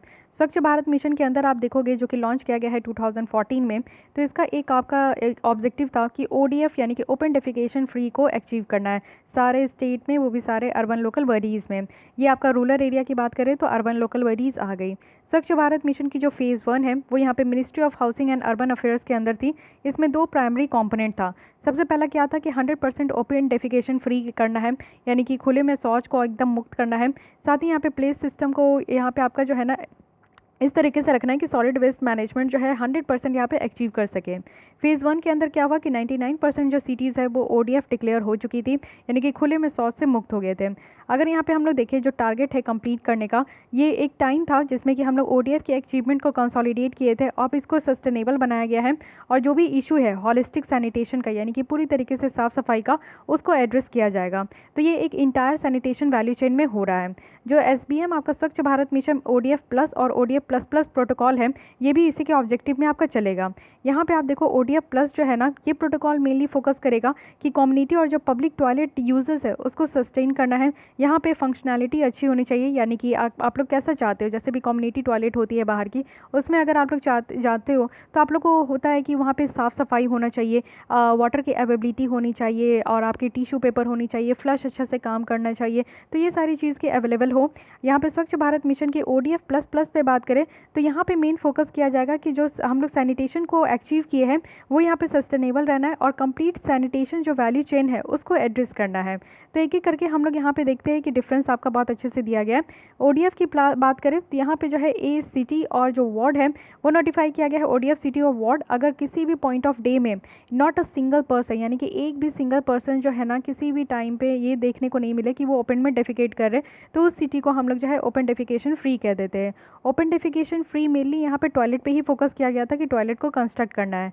वहीं सेकंड फेज़ में आते हैं जो कि ODF प्लस है, तो ODF प्लस प्रोटोकॉल ये कहती है कि कोई भी सिटी, वार्ड और जो वर्क सर्किल है उसको यहाँ पे डिक्लेयर किया जा सकता है ODF प्लस अगर किसी भी पॉइंट ऑफ डे में कोई भी सिंगल पर्सन जो है ना वो यहाँ पे डेफिकेट करते हुए नहीं पाया जाए, या फिर ओपन में वो यूरिनेट नहीं कर रहा हो, और सारे कम्युनिटी और पब्लिक टॉयलेट जो है वो फंक्शनल है और वेल मेंटेन्ड है, यानी कि सारे घर के भी टॉयलेट है और जो आपका पब्लिक टॉयलेट है, सॉरी यहाँ पे पब्लिक टॉयलेट के ही बारे में बात किया जा रहा है, तो पब्लिक टॉयलेट जो है वो फंक्शनल है और वेल मेंटेन्ड है, then it is known as ODF plus. ODF plus जो है मेन यहाँ पे फोकस किया गया था कि टॉयलेट के साथ साथ यहाँ पे वाटर मेंटेनेंस और हाइजीन भी होना चाहिए। ODF प्लस प्लस पे क्या ध्यान दिया जा रहा है, यहाँ पे फीकल स्लज और सिप्टेज जो स्वेजेस है उसके ऊपर यहाँ पे ध्यान दिया जा रहा है कि इसको सेफली मैनेज करना है और ट्रीट करना है। इसमें कोई भी डिस्चार्जिंग और डंपिंग नहीं होना चाहिए, यानी कि अनट्रीटेड जो फीकल स्लज है उसको आप लोग डिस्चार्ज नहीं कर सकते। जैसे कि आप लोग देखो कि आप लोग जो कमोड जो आप लोग यूज़ करते हो, तो उसमें अगर आप लोग फ्लश करते हो तो कोई भी ऐसा कागज़ वागज जो होता है, अगर या कुछ भी आपका जो हार्ड मटेरियल होता है उसको आप लोग उसमें फ्लश ना करो, जिससे क्या होता है ना कि जो नालियाँ होती है ना वो चौक हो जाती है। तो ODF प्लस प्लस में मेनली फोकस किया जाएगा टॉयलेट के साथ साथ स्लज और सिप्टेज मैनेजमेंट, यानी कि इसमें आप लोग देखते हो कि गांव में क्या है ना कि 2 पिट लैट्रिन भी बनाने की यहाँ पे बात की जा रही थी, कि जिससे जो यहाँ पे आप लोग जो ये जो लैट्रिन वगैरह होता है अगर वो आपका टंकी भर जाता है तो उसको साफ़ सफाई भी करना है। तो इस तरीके का ये भी मैनेजमेंट आपका जो है ODF प्लस प्लस में रखा गया है। अब स्टेटस देखते हैं कि मेनली यहाँ पे ODF प्लस और ODF प्लस प्लस का क्या स्टेटस है। अगर हम लोग मिनिस्ट्री ऑफ होम आपका अर्बन अफेयर्स में देखें तो जो सिटीज़ है जिसको यहाँ पे डिक्लेयर किया गया है ODF एटलीस्ट, तो वहाँ पे आपका ODF प्लस जो है प्रोटोकॉल तो आपका एलिजिबल है कि उसको डिक्लेयर कर देता है। SBM आपका जो यहाँ पे ODF प्लस है और ODF प्लस प्लस है। लेकिन फ़ेज़ 1 में अगर हम लोग देखें तो 65 लाख जो इंडिविजुअल हाउस होल्ड टॉयलेट है उसको बनाया गया था, और 59 लाख यहाँ पे आपका जो है टारगेट में था, लेकिन इससे ज़्यादा हम लोग यहाँ पे बनवाया गया था। 5 लाख सीट्स था कम्युनिटी और पब्लिक टॉयलेट का, जिसको कंस्ट्रक्ट किया गया था। और यहाँ पे आपका देखो कि टारगेट कितना था, 5.08 लाख था, लेकिन यहाँ पे बनाया गया था 5.89, यानी कि टारगेट से ज़्यादा यहाँ पे बनाया गया था। वेस्ट प्रोसेसिंग जो है वो भी आपका 3 टाइम्स ज़्यादा बढ़ा था, 60% आज की डेट में। सैनिटेशन, साफ़ सफाई की बात करें तो 35 स्टेट यूटीज़ जो है वो उनके यहाँ डिक्लेयर किया गया है कि ODF फ्री है। साथ ही 4137 अर्बन लोकल बॉडीज़ जो है वो भी डिक्लेयर की है कि ODF प्लस है। ODF आपका उनके यहाँ ओपन डेफिकेशन फ्री है। आउट ऑफ कितना टोटल यहाँ पे आप लोग सिटीज़ देखोगे, जो कि आपका है यहाँ पे 4320, 1276 आप लोग सिटीज़ देखोगे ODF प्लस है। साथ ही 411 सिटीज़ जो है ODF प्लस प्लस है। कहने का मतलब है कि नेक्स्ट 10 जो 10% सिटीज़ है वो सर्टिफाइड की गई है अभी तक ODF प्लस प्लस। उनके यहाँ जो है ये स्लज और सेप्टेज मैनेजमेंट अच्छे से हो रहा है। 100% जो सॉलिड वेस्ट मैनेजमेंट है तो वो ये सारे अर्बन लोकल बॉडीज़ में हो रहा है। जैसे आप लोग भी देखते होंगे, जहाँ भी रहते हो, ये कचरा वाला उठाने वाला तो आता ही है, गाड़ी वाला आया तो कचरा उठा, तो यही है कि सॉलिड वेस्ट मैनेजमेंट भी सही तरीके से हो रहा है। उसके बाद यहाँ पे एडिशनल फंड भी अगर ज़रूरत पड़ेगा तो वो भी यहाँ पे दिया जाएगा। साथ ही वर्क ऑन 3 यहाँ पे जो प्रोटोकॉल है वो भी नेक्स्ट फेज़ में, तो वो भी देखा जा रहा है कि अच्छे से यहाँ पे जो है अर्बन 2 में, यानी कि अर्बन अभी तो रूरल सेकंड में बात करें, लेकिन ये अर्बन सेकंड की बात कर रहे हैं कि यहाँ पे भी तीनों स्टेट को यहाँ पे कंप्लीट किया जाएगा 2024 तक। वाटर प्लस की बात करें, तो ये 2019 में अनाउंस किया गया। इसका एम है कि टॉयलेट को सस्टेन करना, यानी कि यहाँ पे वाटर को ट्रीट करना और यहाँ पे साथ ही साथ रीयूज़ भी करना। ऐसे वाटर का प्रोविज़न होना चाहिए टॉयलेट में कि आप 1 से 2 बार जो है उसको बार बार रीयूज़ भी कर सको। अब आइए आते हैं थर्ड आर्टिकल में, जो कि है report on progress of Beijing declaration. तो चलिए इसके बारे में बात करते हैं। न्यूज़ में क्यों थी, एक रिपोर्ट है, एक a new era for girls talking stock on 25 years of progress. ये रिलीज़ किया गया है यूनिसेफ के द्वारा, plan international and United nation women. 1995 की बात करें तो वर्ल्ड जो है वो यहाँ पे बीजिंग डिक्लेरेशन को अडॉप्ट किया गया था वर्ल्ड के द्वारा, और प्लेटफॉर्म है एक action most comprehensive policy agenda, जो कि जेंडर इक्वालिटी के बारे में है। जेंडर इक्वालिटी कहने का मतलब है कि मेल एंड फीमेल में किसी भी तरीके का डिस्क्रिमिनेशन नहीं, भेदभाव नहीं करना, इक्वालिटी प्रोवाइड करना। तो ये जो रिपोर्ट है ये इसी के बारे में बात करती है। अब यहाँ पे बात करते हैं यूनाइटेड नेशन विमेन की, क्योंकि इस ऑर्गेनाइजेशन के बारे में बात हुआ है। तो ये जो है United nation entity for gender equality and empowerment of women है, जो कि बनाया गया था यूनाइटेड नेशन जनरल असेंबली के द्वारा 2010 में। ये डेडिकेट किया गया है, यूनाइटेड नेशन विमेन इसलिए बनाया गया है क्योंकि जेंडर इक्वालिटी को डेडिकेट करने के लिए, विमेन की एम्पावरमेंट करने के लिए। साथ ही यहाँ पे प्लान इंटरनेशनल है, जो कि एक इंडिपेंडेंट डेवलपमेंट और ह्यूमैनिटेरियन ऑर्गेनाइजेशन है, जो कि इंग्लैंड में बेस्ड है, और ये यहाँ पे चिल्ड्रन की राइट को यहाँ पे एडवांस करती है और साथ ही साथ गर्ल्स की इक्वालिटी की बात करती है। तो नाम से ही पता चल रहा है यूनाइटेड नेशन विमेन, तो आप लोग को ध्यान रखना है। अब देखते हैं कि इस रिपोर्ट में फाइंडिंग क्या है। सबसे पहले एजुकेशन की बात की गई है। तो जो नंबर ऑफ़ गर्ल्स है जो स्कूल से बाहर है वर्ल्ड वाइड, जो ड्रॉप्ड हो चुकी है, स्कूल से बाहर निकल चुकी है, ये आप लोगों को देखने को मिलेगा कि 1998 से 2018 के बीच में 79 मिलियंस है।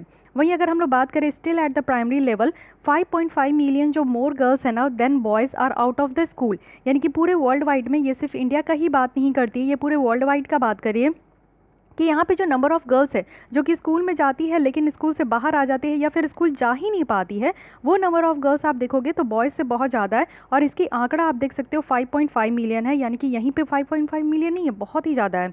सेकंड पॉइंट यहाँ पे एम्प्लॉयमेंट के बारे में कहा गया है। तो जो हमारी एजुकेशनल अपॉर्चुनिटी बहुत बढ़ रही है, फीमेल यूथ जो लेबर फोर्स पार्टिसिपेशन है वो बहुत घट चुकी है। 1995 में 47% है, वही 2020 में आप देखो कि 33% है। वहीं अगर हम लोग जेंडर बेस्ड वायलेंस और हार्मफुल प्रैक्टिसेस की बात करें तो यहाँ पे बात किया जा रहा है कि सन प्रेफरेंस है, यानी कि आप लोग भी अपने घर में देखे होंगे, या फिर आप, बहुत अच्छी बात है कि आप लोग अगर इस फैमिली से बिलोंग नहीं करते हो जहाँ पे गर्ल्स और बेबी बॉय और बेबी गर्ल में कोई डिफरेंस नहीं होता, लेकिन फिर भी कुछ स्टेट तो ऐसे ही होते हैं जहाँ पे सिर्फ सन की प्रेफरेंस ही होती है और एक आपका प्री नेटल सेक्स डिटर्मिनेशन की चाह होती है। यानी कि प्रेग्नेंट जब लेडीज़ होती है तो 3-4 मंथ्स के बाद ये पता चल जाता है कि वो बेबी बॉय है कि बेबी गर्ल है, तो सेक्स डिटर्मिनेशन होता है। यानी कि ये तो हमारे कंट्री में इलीगल है, लेकिन फिर भी बहुत सारे लोग इसलिए कराते क्योंकि उनको नहीं चाहिए, और जो लोग इसको नहीं कराते उनको कोई फ़र्क नहीं पड़ता कि बेबी गर्ल हो या फिर बेबी बॉय हो, वो इक्वालिटी ही समझते हैं। लेकिन आज की डेट में ऐसी टेक्नोलॉजीज़ है जिसके द्वारा ये पता चल जाता है, और ये लीड करता है, इससे ये पता चलता है कि अनफेवरेबल चाइल्ड सेक्स रेशियो है गर्ल्स के लिए। जैसे for example east Asia, central Asia और साउथ एशिया, जिसमें कि आपका अनफेवरेबल देखने को मिलेगा। चाइल्ड मैरिज जो है ये भी कम हो चुकी है। 1 in 4 जो है आपका 1995 में होता था, लेकिन 1 in 5 आज की डेट में हो रही है। प्रिवलेंसेस, अगर हम लोग प्रिवलेंसेस देखें फीमेल जेनिटल म्यूटिलेशंस का, यानी कि इसके बारे में आप लोग भी गूगल कर सकते हो, यानी तो यहाँ पे आप लोग देखो कि ये भी कम हो चुका है ओवर 25 ईयर में। 1 in 3 एडोलेसेंट गर्ल्स जो यहाँ पे 15 से 19 ईयर्स तक एज की है, तो उनके साथ जो यहाँ पे होता था, यानी कि इनकी जो यहाँ पे प्राइवेट पार्ट्स होती है गर्ल्स की, उनको किसी तरीके से कट कर दिया जाता था या सील कर दिया जाता था। मीन्स सुई धागा से भी सिला जाता था। तो इस तरीके का काम भी होता है, आज भी बहुत सारे गाँव में ऐसा काम होता है। फीमेल जेनाइटल म्यूटिलेशन इसको कहते हैं। तो इस तरीके का जो प्रैक्टिस है ना, उसको भी अब कम कर दिया गया है। हेल्थ एंड न्यूट्रिशंस की बात करें तो यहाँ पे आप लोग देखोगे कि जो ट्रेडिशनल डाइट है वो अब यहाँ पे शिफ्ट हो गया है प्रोसेस्ड में, अनहेल्दी फूड में। और इससे क्या हो रहा है कि ओवरवेट हो रहा है, ओबेसिटी देखने को मिल रहा है, गर्ल्स में मोटापा बहुत ज़्यादा देखने को मिल रहा है। और किस एज में है तो 5 to 19 के बीच में आपको 9% देखने को मिलेगा। वहीं आपका बढ़ के ये आप लोग देखोगे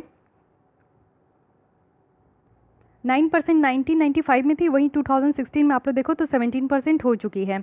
और अंडर वेट आप देखोगे तो ये 8% है। एडोलेसेंट जो बर्थ रेट है वो भी यहाँ पे बर्थ रेट ये भी आपका डिक्लाइन हो गया है, यानी कि 60 बर्थ रेट पर 1000 गर्ल्स की जो एज आप लोग देखोगे 15 से 9 ईयर्स तक है, वो आपका लेकर 44 बर्थ तक है। आप लोग देखोगे कि ये सारी जो प्रिवलेंस है ये अभी भी सब सहारन अफ्रीकन कंट्रीज़ में है। और ये क्यों है, मोर्टेलिटी इसी का आपका एक मोर्टेलिटी का कॉज है एडोलेसेंट गर्ल्स में, क्योंकि रीज़न देखने को मिलता है यहाँ पे आपका सेप्सिस है या फिर ऑब्स्ट्रक्टेड लेवर है, होमरेज है। तो ये सारी कुछ प्रॉब्लम्स है जिसके कारण गर्ल्स को जो है ना एडोलेसेंट एज तक आते आते जो है ना यहाँ पे आप लोग का प्रॉब्लम देखने को मिलता है, यानी कि बर्थ रेट भी डिक्लाइन हो रहा है। यानी कि यहाँ पे जो लड़कियाँ जवान होती है उससे पहले ही जो है लड़कियों की यहाँ पे जो है हत्या वगैरह भी कर दी जाती है। तो इस तरीके का भी प्रोविज़न आप लोग देखते हो। सजेशन क्या दिया जा रहा है इस रिपोर्ट के अकॉर्डिंग? सजेशन यही दिया जा रहा है कि कोई भी डिसीजंस नहीं है गर्ल्स के लिए, विदाउट गर्ल्स जो है यहाँ पे है हो रहा है। यानी कि आप लोग समझ सकते हो कि महिलाएं नहीं होगी तो क्या ये देश आगे बढ़ेगा? पता नहीं ये चीज़ें कब लोग समझेंगे। और सबसे बड़ी बात तो यही होती है कि एक महिला ही दूसरी महिला की दुश्मन होती है। अब जब गर्ल्स ही गर्ल को सपोर्ट नहीं करेगी तो कौन करेगा? क्या हम लोग क्या कहते हैं, मेल से हम लोग ये चीज़ का उम्मीद रख सकते हैं? बिल्कुल नहीं रख सकते हैं। हम लोग को गर्ल्स है तो गर्ल्स एक दूसरे गर्ल्स की जो है यहाँ पे एक कहते हैं ना कि इमोशन अटैचमेंट होता है, समझ सकते हैं जो हम लोग एक दूसरे से जो एक अटैचमेंट होता है और एक जो दर्द सहने का जो कैपेसिटी होता है वो एक फीमेल ही फीमेल का समझ सकती है। लेकिन फिर भी आज की ही दुनिया में ये भी देखा जाता है कि फ़ीमेल ही फीमेल की दुश्मन है। बट कोई बात नहीं, अगर जो लोग यहाँ पे जो इंसान जो मेल है जो लोग है जो आदमी है, अगर वो यहाँ पे महिलाओं को सपोर्ट करते हैं तो it's hats off to you seriously. लेकिन यहाँ पे सबसे बड़ी प्रॉब्लम यही है, पता नहीं हमारा देश कब गुजरेगा, कब ये चीज़ से जो है उभरेगा। मोर टारगेटेड इन्वेस्टमेंट होना चाहिए, यानी कि जो एडोलेसेंट गर्ल्स है इनके ऊपर बहुत ज़्यादा टारगेटेड इन्वेस्टमेंट हो, उनके वल्नरेबिलिटी में, अपॉर्चुनिटीज़ में और पर्सपेक्टिव में जो भी उनको ज़रूरत हो। डेवलपिंग एडोलेसेंट गर्ल्स एजुकेशन करना चाहिए, यानी कि जो गर्ल्स की एजुकेशन है उस पर ज़्यादा ध्यान देना चाहिए, स्किल्स पे ध्यान देना चाहिए, वो भी यहाँ पे 4th इंडस्ट्रियल रिवोल्यूशन के लिए। साथ ही साथ ये 4th इंडस्ट्रियल रिवोल्यूशन हम लोग पढ़े थे जून मंथ की, अगर आप लोग मैगजीन पढ़े हो तो ज़रूर उसको देख लीजिएगा, मैं आई बटन पर लगा दूंगी या फिर आप लोग मेरे प्लेलिस्ट में आकर देख सकते हो। 4th इंडस्ट्रियल रिवोल्यूशन के बारे में बहुत अच्छा बताया गया है। साथ ही यहाँ पे हम लोग को एंड करना होगा जो जेंडर बेस्ड वायलेंस होता है ना, इसको कम करना होगा, चाइल्ड मैरिज को ख़त्म करना होगा। ये सारी चीज़ों को ख़त्म करेंगे तभी हम लोग आगे बढ़ पाएंगे। साथ ही हम लोग को एविडेंस इन्फॉर्मेशन पॉलिसी लाना होगा, प्रोग्राम डिसीजंस लाना होगा, वो भी एडोलेसेंट गर्ल्स के लिए। और फर्दर यहाँ पे अकाउंटेबिलिटी भी लाना होगा, यानी कि अगर गर्ल्स की यहाँ पे तरक्की नहीं होती है, डेवलपमेंट नहीं होती है, उनकी एजुकेशन हेल्थ सही नहीं होती है, तो who will be the responsible, ये भी काम यहाँ पे करना होगा। अब आते हैं पॉक्सो रूल्स, न्यू रूल्स लाया गया है तो इसके बारे में देख लेते हैं। सेंट्रल गवर्नमेंट यहाँ पे इनके द्वारा नोटिफाई किया गया है पॉक्सो। इट मीन्स की protection of children from sexual offences, यानी कि बच्चों को यहाँ पे बचाने के लिए ये कानून लाया गया है। और ये पहले की जो कानून थी अमेंडमेंट एक्ट 2019, उसी को ये जो है अमेंड किया गया है। तो पहले इस आर्टिकल के बारे में, इस एक्ट के बारे में देख लेते हैं, क्योंकि अक्सर जो है आप देखोगे, मैं पहले भी बता चुकी हूँ कि यूपीएससी क्या करती है कि पहले वाले जो कानून होते हैं उससे क्वेश्चन पूछ लेती है। तो हम लोग इस चीज़ को इग्नोर कर देते हैं और नए वाले पे फोकस करते हैं। लेकिन नहीं, आप लोग यूपीएससी के एस्पिरेंट हो तो आप लोग ऐसी गलती नहीं कर सकते हो। आपको पहले की भी एक्ट की उतनी प्रोविजन याद होनी चाहिए जो कि नया यहाँ पे अमेंडमेंट किया गया है, ठीक है। तो ये दोनों चीज़ें हर एक कानून में, चाहे कोई भी कानून हो, अभी जो है यूएपीए में भी आप देखोगे, एनआईए एक्ट में भी देखोगे बहुत सारा चेंजेस किया गया है। सीआईसी में इंफॉर्मेशन राइट टू इन्फॉर्मेशन में भी आप लोग देखोगे बहुत सारा चेंज किया गया। तो ये सारी चीज़ें जो है ना, अभी जो चेंज किया गया है उसको तो पता होना चाहिए, पहले क्या क्या चेंज किया गया है उसके बारे में भी पता होना चाहिए। पॉक्सो एक्ट जो है वो आपका लाया गया था 2012 में, जिसमें कि जो भी हीनियस क्राइम होता है बच्चों के साथ, सेक्सुअल अब्यूज़ होता है, सेक्सुअल एक्सप्लॉयटेशन होती है बच्चों के साथ, उसको रोकने के लिए इस तरीके का कानून लाया गया था। कुछ अमेंडमेंट किया गया है। सबसे पहला क्या है कि मिनिमम पनिशमेंट को बढ़ाया गया है, इंक्लूडिंग डेथ पेनल्टी भी दिया गया है। यानी कि अगर मान लीजिए कि पेनिट्रेटिव सेक्सुअल असॉल्ट हो रहा है या फिर कोई भी तरीके का एग्रेवेटेड पेनिट्रेटिव सेक्सुअल असॉल्ट है तो इसमें डेथ पेनल्टी भी दिया जाएगा। साथ ही यहाँ पे असॉल्ट, जो भी बच्चों की अगर डेथ हो जाती है किसी भी तरीके किसी भी कारण से, या फिर कोई भी असॉल्ट हो रहा है जिससे कि अगर नेचुरल कैलामिटी के कारण भी ये जो अगर असॉल्ट कमिट किया गया है, कोई भी सिमिलर सिचुएशन अगर वायलेंस का है तो ये भी ऐड किया गया है। पोर्नोग्राफिक पर्पस को भी यहाँ पे ऐड किया गया है, यानी कि जो चाइल्ड पोर्नोग्राफी है या फिर कोई भी विजुअल डिपिक्शन है, बच्चों को अगर किसी भी तरीके का सेक्सुअल एक्टिविटीज़ वाली अगर कोई भी वीडियो दिखाई जाती है तो ये भी यहाँ पे क्राइम है। साथ ही यहाँ पे आपका स्टोरेज, और अगर कोई रखता भी है पोर्नोग्राफिक मटेरियल को रखता भी है तो उसको भी यहाँ पे जो है किसी भी तरीके का आपका चार्ज किया जाएगा। तो ये भी एक बात रखी गई है, तो ये ध्यान रखिएगा। अब आते हैं कि की प्रोविज़न क्या है इस रूल्स के अंदर, ये देखते हैं। सबसे पहला है कि मैंडेटरी पुलिस वेरिफिकेशन है, यानी कि पुलिस वेरिफिकेशन करना है। कोई भी बच्चे हो या फिर कहीं से भी किसी के कांटेक्ट में आए हैं, चाहे वो स्कूल जा रहे हैं, केयर होम से या स्पोर्ट अकेडमी से, उनका यहाँ पे जो है वेरिफिकेशन करना एकदम से मैंडेटरी कर दिया गया है। सेकंड है यहाँ पे कि यहाँ पे स्टेट गवर्नमेंट जो है वो एक चाइल्ड प्रोटेक्शन पॉलिसी यहाँ पे फ्रेम करेगी जिसमें कि जीरो टॉलरेंस होगा, यानी कि अगर बच्चों के अगेंस्ट में कोई भी तरीके का वायलेंस होता है तो उसको टॉलरेट नहीं किया जाएगा। और ये अडॉप्ट किया जाएगा सारे इंस्टीट्यूशन जहाँ बच्चे पढ़ने जाते हैं, सारे ऑर्गेनाइजेशन के द्वारा, सारे एजेंसीज़ के द्वारा। साथ ही सेंट्रल गवर्नमेंट और स्टेट गवर्नमेंट जो है एक पीरियोडिक ट्रेनिंग यहाँ पे प्रोवाइड करेंगे, वो भी सारे पर्सन को जो कि यहाँ पे बच्चों के कॉन्टैक्ट में आते हैं, और बच्चों को यहाँ पे चाइल्ड सेफ्टी और प्रोटेक्शंस के बारे में भी यहाँ पे उनको बताया जाएगा। प्रिपेयर किया जाएगा एज अप्रोप्रिएट एजुकेशन मटेरियल और करिकुलम यहाँ पे बच्चों के लिए, जैसे कि उनको इन्फॉर्म किया जाएगा उनके पर्सनल सेफ्टी के बारे में, इमोशनल मेंटल वेलबिंग के बारे में। रिपोर्ट किया जाएगा कुछ मैकेनिज्म, जैसे कि चाइल्ड लाइन हेल्पलाइन यहाँ पे सर्विस होगी, टोल फ्री नंबर है 1098, तो इसमें भी कॉल करके आप लोग बता सकते हो अगर बच्चों के साथ कुछ गलत हो रहा है। ओरिएंटेशन प्रोग्राम है, इंटेंसिव कोर्सेज है, वो भी पुलिस पर्सनल के लिए और यहाँ पे फॉरेंसिक एक्सपर्ट्स के लिए, जिसमें कि कुछ कैपेसिटीज़ को यहाँ पे बिल्डअप किया जाएगा, वो भी यहाँ पे रेगुलर बेसिस पे। कोई भी पर्सन जो कि इस तरीके का पोर्नोग्राफिक मटेरियल अगर यहाँ पे रिसीव करते हैं इन्वॉल्विंग कोई भी बच्चे या कोई भी इन्फॉर्मेशन इससे रिलेटेड है, तो इस तरीके की जो पोर्नोग्राफिक यहाँ पे मटेरियल है उसको यहाँ पे कंटेंट के साथ जो है यहाँ पे शेयर किया जाएगा। ओके, तो ये सारी कुछ न्यू प्रोविजन है, तो इसका ध्यान रखिएगा। अब आते हैं children right and their future, इसी से रिलेटेड आपका एक और आर्टिकल है, क्योंकि यहाँ पे आपका एक नया रिपोर्ट आपका लॉन्च किया गया WHO के तरफ से। ये जो है Lancet medical journal and UNICEF jointly ने यहाँ पे लॉन्च किया है, वो है फ्यूचर फॉर वर्ल्ड्स चिल्ड्रन। तो ये है क्या, रिपोर्ट के बारे में पहले देख लेते हैं। इस रिपोर्ट में एक्सेस किया जाता है कि बच्चों के हेल्थ के लिए क्या क्या थ्रेट है, फ्यूचर के लिए क्या क्या थ्रेट है, एडोलेसेंट बच्चों का यहाँ पे देखा जाता है, या फिर क्लाइमेट चेंज के कारण बच्चों को किस तरीके से प्रॉब्लम है, या फिर जो मार्केटिंग प्रैक्टिसेस है वो एक्सप्लॉइट हो रही है। तो ये सारी चीज़ों को यहाँ पे एक्सेस किया जाता है। ये रिपोर्ट जो है ओवरऑल जो बच्चों की वेलबिंग है उसके बारे में बात करते हैं, और साथ ही साथ यहाँ पे कुछ पैरामीटर्स है उनके सर्वाइविंग के लिए, यानी कि एक मैटरनल सर्वाइवल होना चाहिए, मम्मी उम्मी होनी चाहिए, मतलब कि मम्मी सबके साथ घर पे रहते हैं बच्चे, वो सारी चीज़ें। सर्वाइवल जो बच्चों के यंगर एज में है, यंगर देन 5 ईयर ओल्ड है, और सुसाइड के बारे में भी उनको बताना है। एक्सेस टू मैटरनल और चाइल्ड हेल्थ सर्विस होनी चाहिए, बेसिक हाइजीन सैनिटेशन, और यहाँ पे एक्सट्रीम पॉवर्टी की कमी होनी चाहिए। तो ये सारी जो है यहाँ पे आपका जो है पैरामीटर्स रखा गया है। अब सुसाइड से याद आया कि आज ही जो है एक न्यूज़ आई है कि सुशांत सिंह राजपूत ने सुसाइड कर लिया है कि नहीं, तो मुझे अभी थोड़ा सा क्लिक किया। वैसे भी बहुत ही ज़्यादा दुखद ये न्यूज़ है, क्या ही बोल सकती हूँ। काफ़ी ज़्यादा यंग स्टार है, यंग स्टार के साथ साथ वो सुपर स्टार भी थे। अब 2020 में एक के बाद एक जो हमारे बॉलीवुड के इतने दिग्गज स्टार है वो जाते जा रहे हैं, तो ऑब्वियस है कि ये एक सैड मोमेंट है। बट मैं इसके बारे में एक बात ये कहना चाहती हूँ कि देखिए, हर एक पर्सन के लाइफ में ना कभी आपको ऐसा फील होगा कि आप एकदम स्टक हो गए हो, इतना ज़्यादा आपके लाइफ में प्रॉब्लम है, कहीं से भी आपको जो है ना किसी भी तरीके का रिलीफ फील नहीं हो रहा है, आपको घुटन महसूस होगी। ये हर किसी के लाइफ में होता है, ट्रस्ट मी गाइज, हर किसी के लाइफ में होता है। लेकिन यही आपका जो है ना एक असली टेस्ट होता है। लाइफ इज़ ऑल अबाउट क्या है लाइफ, आप लोग कभी सोचे हो? लाइफ ऐसा नहीं है, एक life is not about the cake walk, या फिर लाइफ इज़ वेरी अनप्रेडिक्टेबल। आप कभी भी समझ नहीं पाओगे, कभी भी सोच नहीं सकते हो कि आगे आने वाले दिनों में क्या होने वाला है।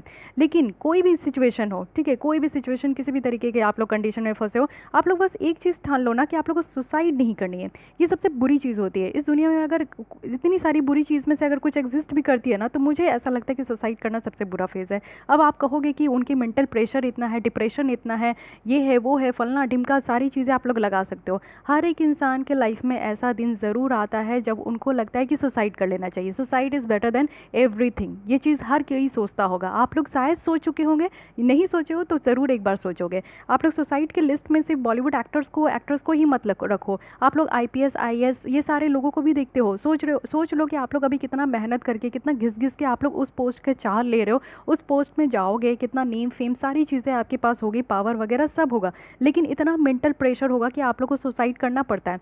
करना नहीं पड़ता, बहुत सारे ऐसे आईएएस आईपीएस का भी स्टोरी है, आप लोग भी देखते होंगे हमेशा।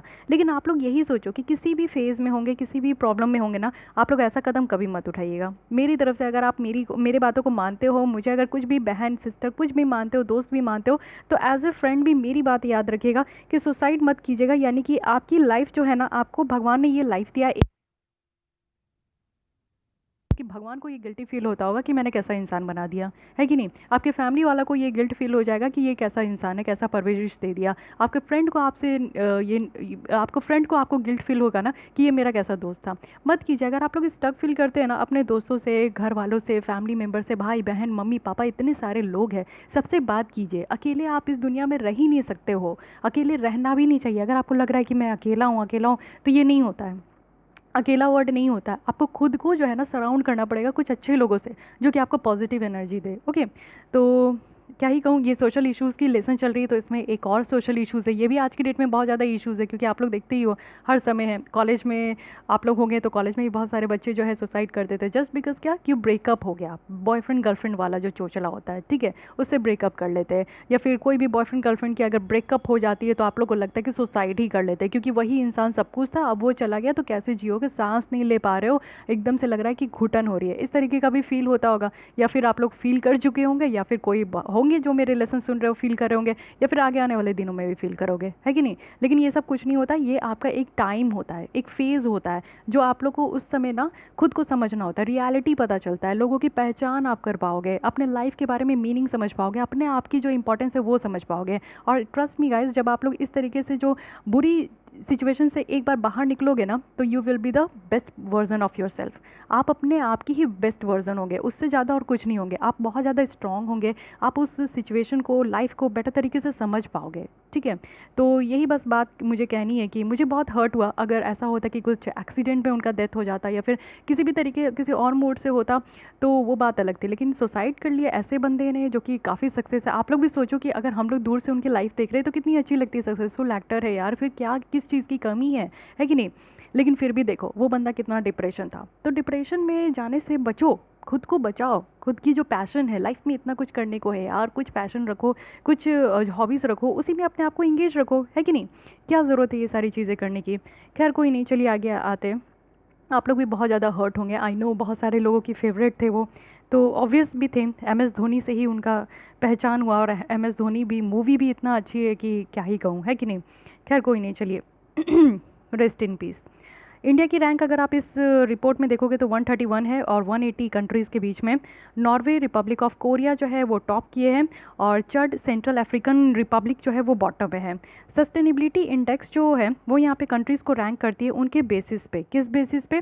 तो कितना वो एक्सेस जो है कार्बन डाइऑक्साइड इमिट कर रहे हैं 2030 के टारगेट में।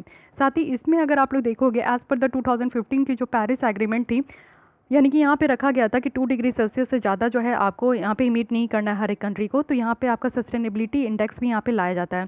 तो इसमें भी 180 कंट्रीज़ को देखा गया है, और उसमें इंडिया की रैंक 77 है। नॉट ए सिंगल कंट्री जो कि अच्छा खासा परफॉर्म की है सारे मेजर्स में, अगर चाइल्ड फ्लरिशिंग की बात करें, सस्टेनेबिलिटी की बात करें, इक्वालिटी की बात करें, ठीक है, तो कोई भी कंट्री इसमें टॉप नहीं की है। स्पेसिफिक रिकमेंडेशन यहाँ पर दिया गया है कि कार्बन डाइऑक्साइड की जो इमिशन है विथ अटमोस्ट अर्जेंसी उसको यहाँ पे स्टॉप करना है।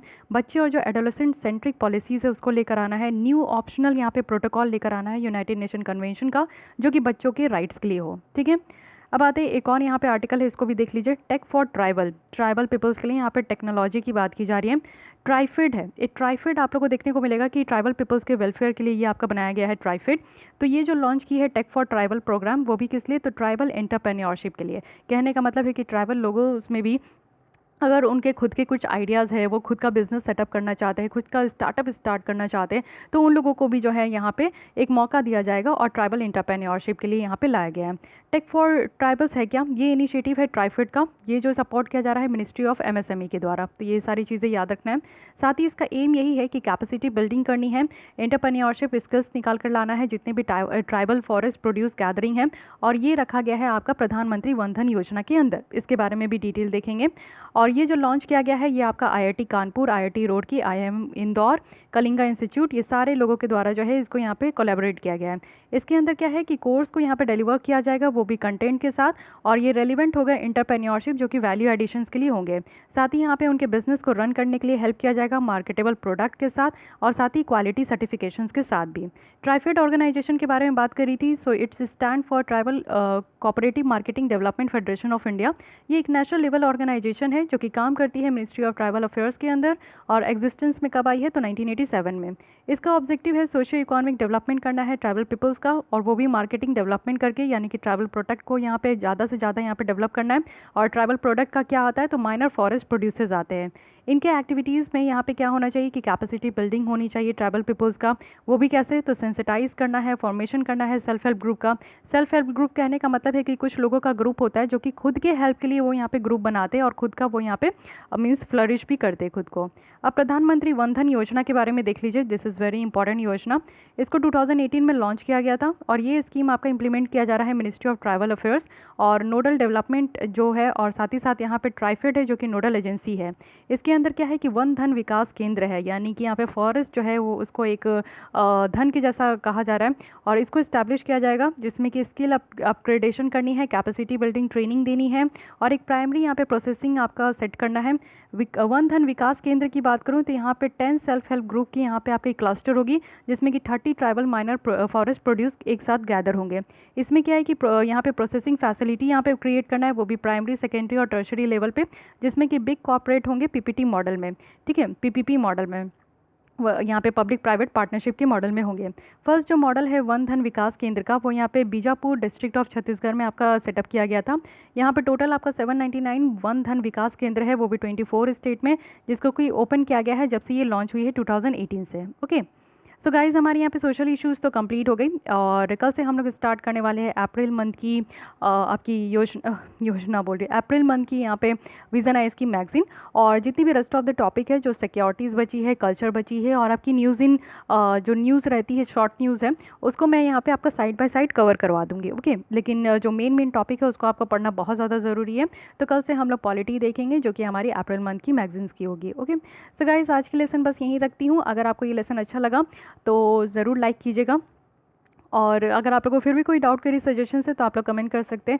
देखिए कोई भी प्रॉब्लम है आपको, इसलिए मैं कहती हूँ कि आप लोग भी कोई भी तरीके की प्रॉब्लम है तो आप लोग मेल कीजिए। बहुत बच्चे मेल भी करते हैं, मैं रिप्लाई भी करती हूँ, आप लोग कमेंट भी कर सकते हो, कमेंट भी मैं रिप्लाई करती हूँ। तो ऐसा नहीं है ना कि बस आप, ऐसा नहीं है कि आप लोग बस स्टक रहो, अपने दोस्तों से बात करो, फैमिली से बात करो, कोई एक इंसान तो आपके लाइफ में होना चाहिए जिससे कि आप लोग अपने दिल का बात शेयर कर सको। नहीं तो फिर तो अकेले ही घुटन वाला महसूस होगा, और फिर यही सारा स्टेप आप लोग उठाओगे। तो प्लीज़ आप लोग को एकदम से ये सारे स्टेप के बारे में गलती से भी नहीं सोचनी है।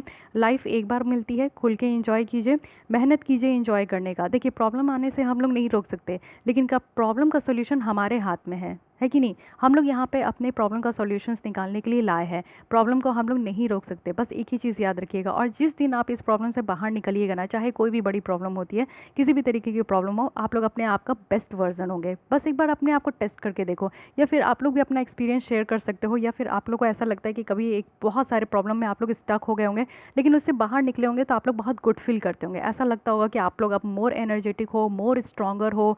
तो ये सारी चीज़ें जो है ना आप लोग फील किए होंगे, और नहीं फील किए हो तो कुछ बातें मेरी याद रख लीजिएगा, आप लोग को ज़रूर लाइफ में काम आएगा। ओके, सो आज के लिए बस इतना ही रखते हैं। Thank you.